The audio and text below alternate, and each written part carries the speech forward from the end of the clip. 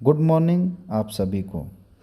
जैसा कि मैंने लेवल मेज़रमेंट की सीरीज स्टार्ट की है, तो पहला वीडियो मैंने उसमें दिखाया था कि लेवल मेज़रमेंट मेनली दो प्रकार के होते हैं, एक पॉइंट लेवल मेज़रमेंट, एक कंटिन्यूअस लेवल मेज़रमेंट। और उसमें मैंने बताया था कि टोटल 11 टाइप के मेज़रमेंट डिवाइस होते हैं या उनकी टाइप होती हैं जो टेक्निकली होती हैं। तो उसमें का जो पहला टॉपिक है वो मैं स्टार्ट करने जा रहा हूँ। पहला जो पॉइंट मैंने लिखा था फ्लोट स्विच। तो चलिए देर ना करते हुए टॉपिक को स्टार्ट करते हैं। Float switch. Float switch, float मतलब आप लोग समझ रहे होंगे जो तैर रहा है, और स्विच मतलब ऑन ऑफ। तो जो तैर रहा है और ऑन ऑफ हो रहा है तो फ्लोट स्विच। समझ गए होंगे, कोई भी तैरने वाली चीज़ जो स्विचिंग होती हो तो फ्लोट स्विच हो गया, या स्विचिंग कराती हो या करती हो। खुद स्विच होगी तभी अगले को आउटपुट देगी, तो वो उसके अकॉर्डिंग काम करेगा। देखिए मैं लिखना भूल गया था, लेवल मेज़रमेंट सिस्टम या लेवल डिवाइस। तो आप लोग को चार्ट मैंने दिखाया था, उस चार्ट का ये पहला टॉपिक था फ्लोट स्विच। टोटल 11 हैं, मैं एक एक करके सब पे बहुत विस्तार से बात करने वाला हूँ। तो it is point level measurement type. तो ये पॉइंट लेवल मेज़रमेंट टाइप का लेवल स्विच है। Float switches are commonly use to control other devices. तो फ्लोट स्विचेस को हम इसीलिए यूज करते हैं कि वो दूसरे जो डिवाइसेस है उसको कंट्रोल करें। वो मान लीजिए कि एक टैंक है 100% का, 0 to 100%। तो हमने उसमें ऐसे इसको सेट किया फ्लोट स्विच को कि जब वो 10% पे आए तो वो तो NO हो जाए, और जब वो 80% हो जाए तब वो NC हो जाए, और जब तक वो पूरा सीधा हो तब वो NO होगा। तो जैसे ही 10% पे आएगा वो फिर से NO हो जाएगा, और जैसे ही 80% लेवल आ जाएगा, 80% लेवल आने के बाद जैसे ही थोड़ा सा ही पानी बढ़ा उसने NC हो गया, कमांड दे दी पंप को, और पंप बाहर पानी फेंकना चालू कर दिया उसने।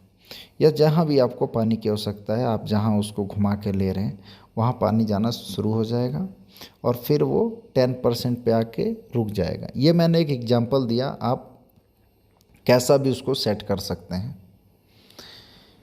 अब देखिए, there are 2 types of float switches, stem mounted और केबल सस्पेंडेड। तो स्टेम माउंटेड जो है movement of float to up and down along stem. तो इसमें जो फ्लोट होते हैं वो स्टेम से लगे हुए होते हैं और उसी के अकॉर्डिंग मूव करते हैं। और केबल सस्पेंडेड जो है it will go with the flow as far as the cable allows. तो वो पानी का जो फ्लो है उसके अकॉर्डिंग मूवमेंट करता है, और जिधर मतलब केबल जाती है उसके अकॉर्डिंग वो उसका फ्लोट जो है वो जाता है। केबल जहाँ अलाउ करती है जाने का वो उसका फ्लोट वहीं जाता है।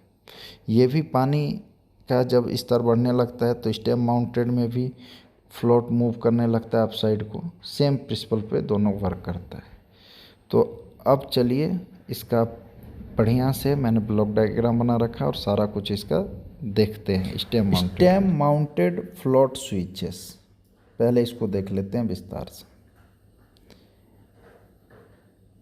देखिए मैंने एक फिगर बना रखा है आप लोग को समझाने के लिए। मैंने एक स्टेम दे रखा है इसमें, और स्टेम का बहुत बढ़िया से मैंने ब्लॉक डायग्राम बना रखा है, इसको आप लोग देख के बना लीजिएगा। स्टेम के दोनों साइड में मैंने जंपिंग यूज की हुई है, और इसके बीच में ये देखिए दोनों साइड में जो है वो फ्लोट लगे हुए हैं जो अप डाउन करेंगे, घूमेंगे, मूव करेंगे। और उसके बीच में 2 परमानेंट मैग्नेट यूज हुए हैं, और उसके बीच में रीड स्विच है। तो जैसे ही फ्लोट स्विच जो हैं वो मूवमेंट करते हैं, फ्लोटिंग करते हैं, तो रीड स्विच के संपर्क में जैसे ही वो मैग्नेट आता है वो सिग्नल आउट कर देता है। अब वो आपके ऊपर है कि आप कौन सा सिग्नल ले रहे हो, उसको NO ले रहे हो कि NC ले रहे हो, नॉर्मली ओपन, वो आपके अकॉर्डिंग सिग्नल उसको कैच कराना है कि भाई किस कंडीशन में कौन सा लेना है।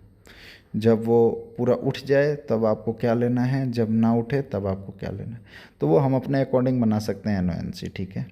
बस यही काम है कि जैसे ही रीड स्विच के संपर्क में आएगा फ्लोट स्विच, उसका सिग्नल मैच होगा, वो NO से NC हो जाएगा और सिग्नल आउट कर देगा। It uses a magnet in A float that passes over the reed switch with the rising or falling action of liquid।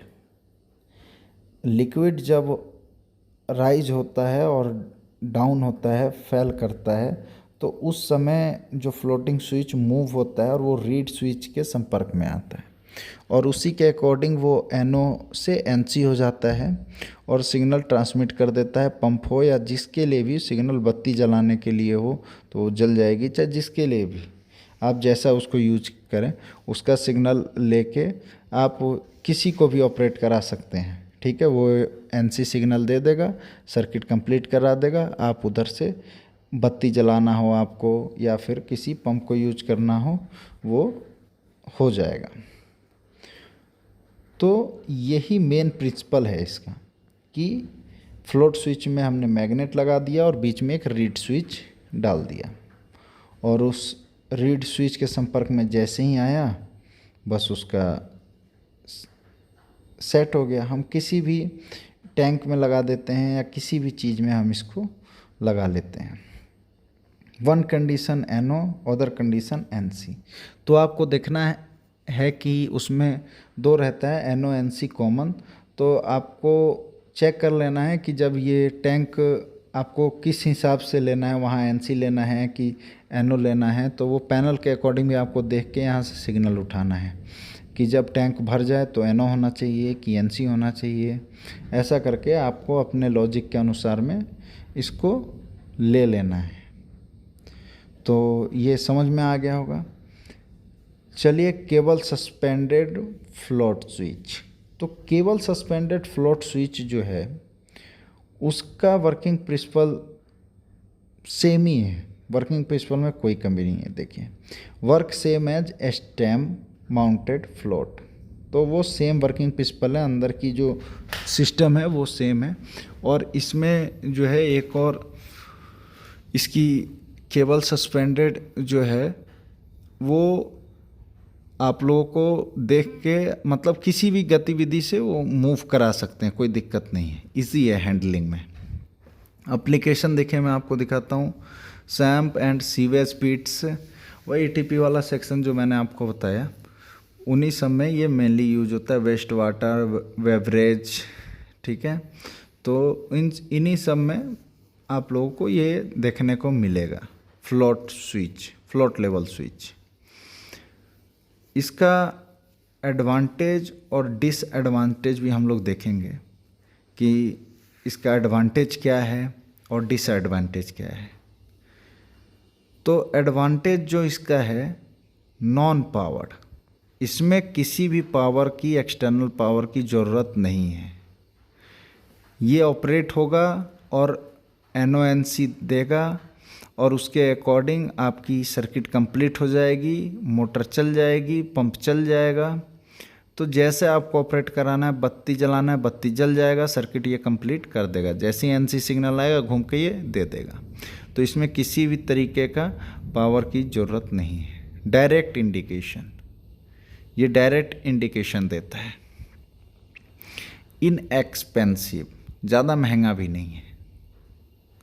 तो ये इसके एडवांटेज हैं। आप लोगों ने देख लिया एडवांटेज। अब हम इसके डिसएडवांटेज देखेंगे। डिसएडवांटेज मतलब हो गया कि इसका क्या क्या हमें लाभ है, मतलब इसका यूज करने के लिए क्या क्या लाभ मिलता है हमें, और क्या क्या इसमें दिक्कतें आती हैं। डिसएडवांटेज इसका क्या है? तो मस्ट टच द लिक्विड, ये बिना लिक्विड के ये यूज नहीं किया जा सकता। तो इसको टच रहना चाहिए लिक्विड में, ये एक इम्पॉर्टेंट चीज़ है। ठीक है, ये इसका डिसएडवांटेज है, must touch to the liquid. अगर मीडियम से ये टच नहीं रहेगा तो ये कुछ नहीं बताएगा। हैव मूविंग पार्ट्स, इसमें मूविंग पार्ट्स हैं जी। अगर जिसमें भी मूविंग पार्ट्स ज़्यादा रहते हैं उसका मेंटेनेंस मुश्किल हो जाता है, तो ये भी एक इसका डिसएडवांटेज है।